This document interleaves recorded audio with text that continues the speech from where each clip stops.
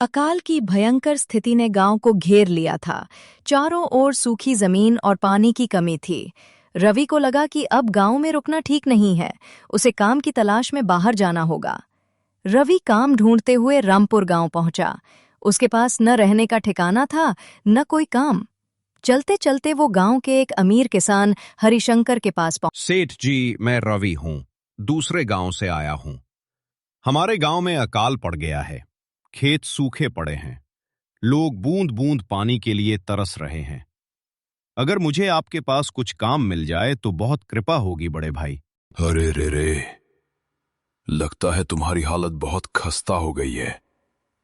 ठीक है, वैसे मेरे पास एक काम तो है, पर लगता नहीं कि तुम वो कर पाओगे। सेठ जी, आप चिंता ना करें, मुझे आप कोई भी काम दे सकते हैं। मैं वो काम पूरी मेहनत और ईमानदारी से करूंगा। अच्छा ठीक है रवि। तो कान खोलकर सुन लो। मेरे पास 50 गायें और 50 भैंसें हैं। तुम्हें हर रोज उन जानवरों का गोबर निकालना होगा और रोज सुबह शाम उन्हें चारा पानी देना होगा। महीने के आखिर में तुम्हें इस काम के लिए 200 रुपए मिलेंगे। और हां, 2 वक्त का खाना भी हमारी तरफ से मुफ्त दिया जाएगा। बोलो, क्या तुम ये काम कर पाओगे? रवि मन ही मन सोचता है कि 50 गाय भैंसों को संभालना आसान नहीं है, पर उसके पास कोई और चारा नहीं था। ऊपर से सेठ जी 2 वक्त का खाना भी दे रहे थे। ठीक है सेठ जी, मैं ये काम कर लूंगा, पर एक विनती है। हाँ बोलो रवि, क्या बात है? सेठ जी, अगर आपको समस्या न हो तो क्या मैं आपके गायों के साथ गौशाला में रह सकता हूँ? मैं इस गांव में नया हूँ, मेरा रहने का कोई ठिकाना नहीं। जगत सेठ थोड़ी देर तक सोचते हैं और फिर हाँ कह देते हैं। ठीक है रवि, तुम गौशाला में रह सकते हो। जी धन्यवाद सेठ जी। तब से रवि गौशाला में रहकर अपना काम करने लगा। वो रोज जल्दी उठकर गायों और भैंसों का गोबर निकालता, उन्हें चारा डालता और समय पर पानी पिलाता था। वो अपना काम ईमानदारी और पूरी मेहनत से करता था। जगत सेठ को भी रवि का काम बहुत पसंद आया, क्योंकि वो अपना काम सफाई से करता था। नरेटिव। एक दिन हरशंकर सेठ रवि को बुलाते हैं। रवि, मुझे तुम्हारा काम बहुत पसंद आया है। तुम गाय और भैंसों का अच्छा ख्याल रख रहे हो, इसलिए दूध की गुणवत्ता भी बढ़ गई है और गाय पहले से ज्यादा दूध भी दे रही हैं। इसलिए मैं आज से तुम्हारी तनख्वाह बढ़ाकर पूरे 400 रुपए कर रहा हूं। आपका बहुत बहुत धन्यवाद सेठ जी। कुछ दिन ऐसे ही बीतते हैं।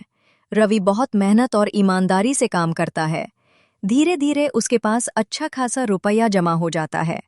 उस पैसे से वह अपने लिए एक छोटा सा रहने लायक कुटिया बनवा लेता है। कुटिया में सोते हुए वह राहत महसूस करता है। उस गौशाला में सोकर तो नाक से गोबर की गंध अभी भी नहीं जा रही। अब आखिरकार मुझे अपने घर में चैन से सोने को तो मिलेगा।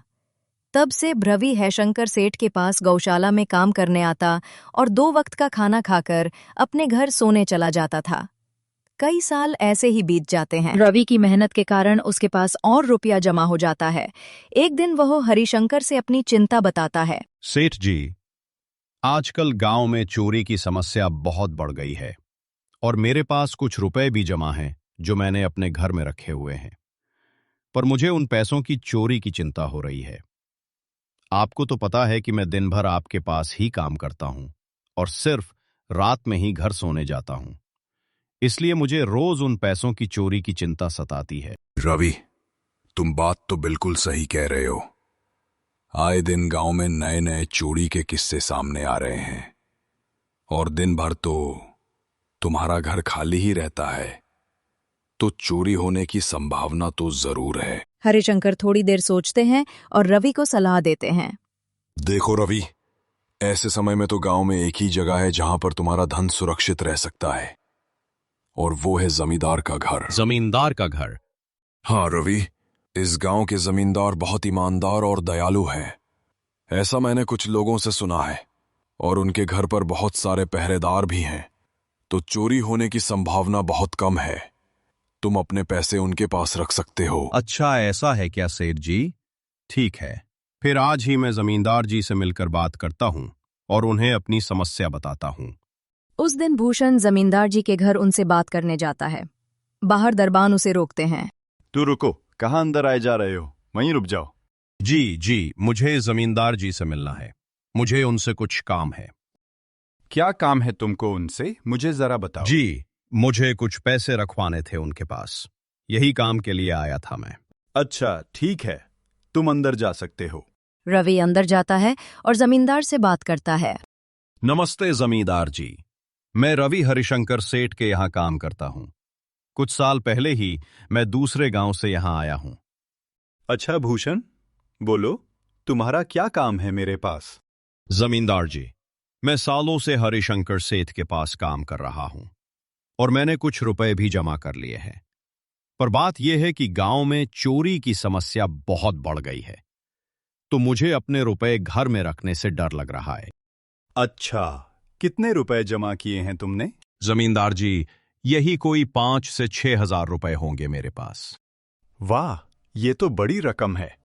मैंने आपकी ईमानदारी के बारे में लोगों से बहुत सुना है, इसलिए मैं अपनी रकम आपके पास कुछ वक्त के लिए रखने आया हूं। हाँ रवि, तुमने बिल्कुल सही सुना है। तुम्हारी रकम मेरे पास पूरी तरह से सुरक्षित रहेगी। तुम अब चिंता ही छोड़ दो, मैं सब देख लूंगा। रवि अपने पैसों की थैली जमींदार को दे देता है। ये पूरे 5,800 रुपए हैं, आप गिन कर देख लीजिए। गिनने की क्या जरूरत है? तुम तो हरिशंकर सेठ के आदमी हो। मुझे तुम पर पूरा विश्वास है। जमींदार जी, आपका बहुत बहुत धन्यवाद। अब मुझे चोरों का कोई डर नहीं है, क्योंकि मेरे पैसे सुरक्षित हाथों में हैं। अरे रवि, कोई बात नहीं। धन्यवाद तो मुझे बोलना चाहिए जो तुम मेरे पास आए अपने रुपए रखने के लिए। रवि अपने पैसे जमींदार को देकर घर चला जाता है। जमींदार अकेले में खुश होता है। हाँ रवि, तुम्हारे पैसे मेरे हाथों में ही अच्छे लगते हैं। 2 साल बीत जाते हैं। रवि ईमानदारी और मेहनत से काम करता रहता है। वो सोचता है कि अब उसे खुद की जमीन लेकर मेहनत करनी चाहिए। अब बहुत साल हो गए हरिशंकर सेठ के यहाँ काम करते हुए। वैसे सेठ जी तो बहुत अच्छे इंसान हैं, पर सोच रहा हूं कि खुद की जमीन लेकर उस पर मेहनत करूं, तभी मैं बड़ा आदमी बन सकता हूं। अब जो मेरे पास थोड़े कुछ पैसे हैं और जो जमींदार के पास कुछ पैसे संभालने के लिए दिए हैं, वो जमा करके थोड़ी जमीन खरीद लूंगा। आज ही जमींदार से मिलने जाता हूं और अपने रुपए मांगता हूं। जमींदार जी, मैं अपने रुपए वापस लेने आया हूं। आपके पास मैंने 5,800 दिए थे संभालने के लिए। अरे भाई साहब, मैंने पहचाना नहीं आपको। वैसे कौन हो आप? अरे जमींदार जी, मैं रवि हूं। पिछले साल मैंने आपको पैसे संभालने के लिए दिए थे, याद आया कुछ? अरे भाई साहब, मेरे पास कितने सारे लोग आते जाते हैं पैसे रखने के लिए, और सभी के साथ मेरा अच्छा व्यवहार होता है। वैसे आपके पास कोई कागजात हैं क्या? क्योंकि मैं हर व्यक्ति से कागज पर ही व्यवहार करता हूं। किसने कितने पैसे दिए, किसके कितने पैसे रखे हैं, सबका व्यवहार रहता है मेरे पास। जमींदार जी, ये आप क्या बात कर रहे हैं? आपकी ईमानदारी देखकर ही मैंने आपको पैसे दिए थे संभालने के लिए, और आप अब ऐसी बातें कर रहे हैं। कृपया करके मेरे पैसे मुझे वापस कीजिए। हाँ रवि, मैं ईमानदारी से ही काम करता हूं, इसलिए तो तुमसे मैं डॉक्यूमेंट्स मांग रहा हूं। क्या तुम्हें पता नहीं, जब तुम किसी से पैसों का व्यवहार करते हो तो तुम्हें स्टैम्प पेपर पर लिख कर देना पड़ता है? तुम किसी से भी पूछ सकते हो। नहीं जमींदार जी, मैं आपके पैर पड़ता हूं, कृपया करके मेरे रुपए मुझे दे दीजिए। बड़ी मेहनत से मैंने वो पैसे जमा किए थे, मुझ पर ऐसा अन्याय ना करें। अरे, क्या ये झूठ मूठ का रोना धोना लगाया है? लगता है तुम ढोंगी हो और मेरी ईमानदारी और भोलेपन का फायदा उठाकर मुझसे ये रुपए लेने आए हो। रुक, तुझे अभी सबक सिखाता हूं। जमींदार अपने आदमियों को बुलाकर भूषण की पिटाई करने को कहता है। इसे तब तक मारो जब तक ये बेहोश न हो जाए। इस 2 कौड़ी के आदमी ने मेरी ईमानदारी पर सवाल उठाया है, इसे छोड़ना मत। जमींदार के आदमी रवि है को डंडे से खूब मारते हैं। दुखी और घायल होकर रवि अपने घर चला है। घाव के दर्द के कारण रवि 2 दिन काम पर नहीं जाता। तीसरे दिन हरिशंकर सेठ खुद रवि है के घर आते हैं। वो देखते हैं कि रवि खाट पर लेटा है और बहुत चिंता में है। रवि भाई, तुम 2 दिन काम पर नहीं आए, क्या हुआ भाई? तबीयत ठीक है ना तुम्हारी? कुछ समस्या है क्या? अरे सेठ जी, आप खुद यहाँ आए हो। आप खबर भिजवाते तो मैं खुद चला आता। अरे रवि, कोई बात नहीं। तुम्हें देखकर लगता है तुम बीमार हो। क्या हुआ है तुम्हें? हरिशंकर सेठ, क्या बताऊं। जिस जमींदार के पास पिछले साल मैंने अपने पैसे संभालने को दिए थे, वो आज मुझे पैसे वापस नहीं करना चाहता। वो बहुत लालची इंसान है। वो लोगों को ठग रहा है। और जब मैंने बाद में गिड़गिड़ाना शुरू किया तो उसने डंडे से मार मार कर मेरी पिटाई करवा दी और मुझे वहां से धक्के मारकर निकाल दिया। अरे बाप रे, ये तो बड़ा ही गंभीर विषय है। मैंने तो जमींदार के बारे में अच्छा ही सुना था, पर मुझे भी नहीं पता था कि वो इंसान इतना गिरा हुआ है। तभी मैं सोचूं हर साल उसकी संपत्ति इतनी ज्यादा कैसे बढ़ रही है। मुझे माफ कर दो रवि, मैंने ही तुम्हें जमींदार के पास जाने को बोला था। गलती तो मेरी भी है। नहीं हरिशंकर सेठ, आप तो मेरा अच्छा ही सोच रहे थे। ये तो उस जमींदार का लालच है। अब लगता नहीं मेरे पैसे उस जमींदार से वापस मिलेंगे भी। रवि, मेरे पास एक तरकीब है जिससे मैं तुम्हारे पैसे तुम्हें वापस दिला सकता हूं। हरिशंकर सेठ रवि के कान में सारी तरकीब बताते हैं। ठीक है सेठ जी, हे ऊपर वाले, ये तरकीब कामयाब होने दीजिए। अगले दिन हरिशंकर सेठ बहुत सारे पैसों को एक सूटकेस में भरकर खुद जमींदार के घर जाते हैं। अरे हरिशंकर सेठ, आज आप खुद यहाँ?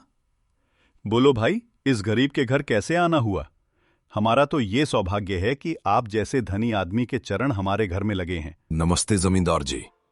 अरे जमींदार जी, आप तो मुझे अब लज्जित कर रहे हैं। वैसे मैं कुछ महीनों के लिए दूसरे राज्य में व्यापार करने जा रहा हूं।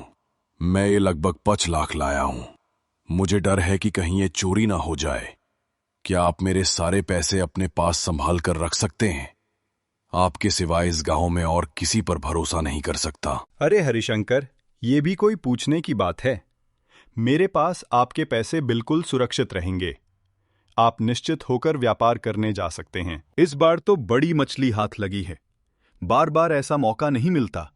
भारी माल हाथ में लगने वाला है। तभी वहां पर रवि आ जाता है। जमींदार अचानक घबरा जाता है और तेजी से प्रतिक्रिया करता है। अरे रवि, तुम? अच्छा हुआ तुम आ गए। मैं तुम्हारे पास ही आने वाला था। मुझे माफ करना, उस दिन तुम्हें पहचान नहीं पाया। इतने सारे लोग मेरे पास आते हैं तो जरा परेशानी होती है, पर मैं अपनी बातों का बड़ा पक्का हूं। हाँ रुको, मैं तुम्हारे सारे पैसे अभी देता हूं। जमींदार भूषण के सारे पैसे उसे तुरंत लौटा देता है। रवि बिना कुछ बोले वहां से चला जाता है। अरे क्या बात है जमींदार जी, आप तो अपनी बातों के बहुत पक्के हैं।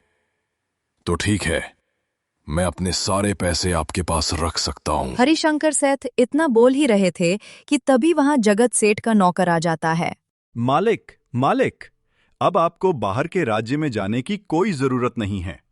अभी अभी व्यापारियों का संदेश आया है और उसने कहा कि वो खुद हमारे गांव आ रहे हैं। अरे, ये तो बहुत बढ़िया बात हुई।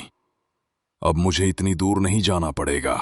सुन रहे हो जमींदार जी, व्यापारी यहां आ रहे हैं। अब मुझे नहीं लगता कि ये पैसे आपके पास रखने का कोई मतलब होगा। चलो, आपका बहुत बहुत ऐसा धन्यवाद। बोलकर हरिशंकर और उसका नौकर वहां से अपने पैसे लेकर चले जाते हैं। जमींदार सदमे में रह जाता है। दत्त तेरी की, ये क्या हो गया? ये पैसे तो चले गए, और जो रवि के 5,800 हड़प लिए थे वो भी चले गए। बाद में रवि हरिशंकर सेठ का आभार व्यक्त करता है। आपका बहुत बहुत धन्यवाद सेठ जी। अगर आज आप न होते तो मेरी सारी जमा पूंजी वो जमींदार हड़प लेता। रवि, कोई बात नहीं। जो व्यक्ति मेहनत और ईमानदारी से कमाता है, ऊपर वाले उसका कभी बुरा नहीं होने देते। और जो हराम की कमाई खाता है, उसका कभी अच्छा नहीं होने देते।